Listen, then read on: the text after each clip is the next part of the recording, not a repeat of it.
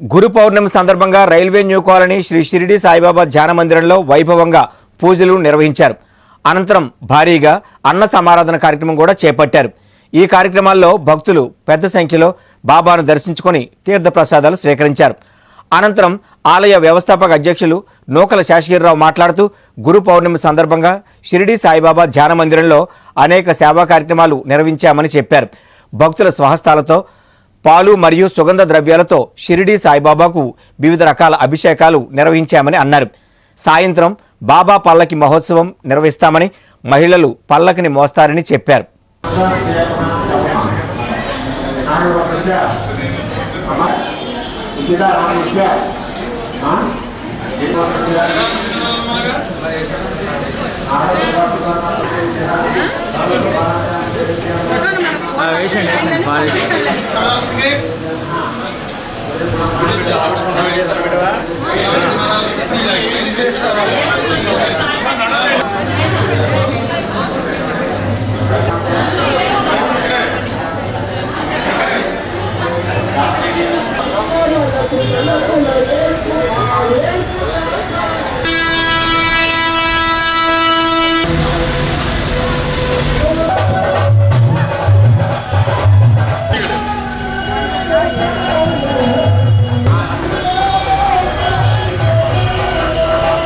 శ్రీ షిరిడి సాయిబాబా ధ్యాన మందిరం, railway new colony, Visakhapatnam.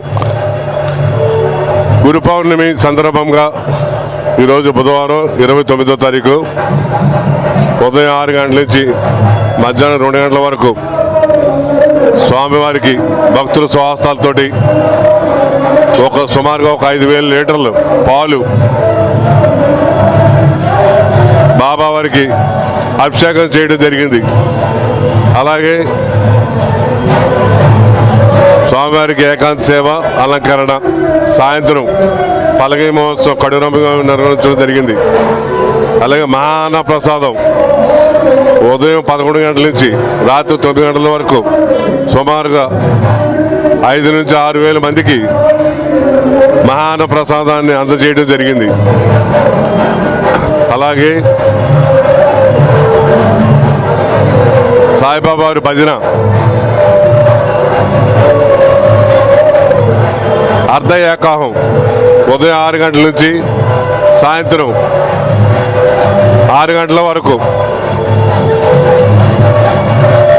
భజన నిర్వహించడం జరిగింది. అలాగే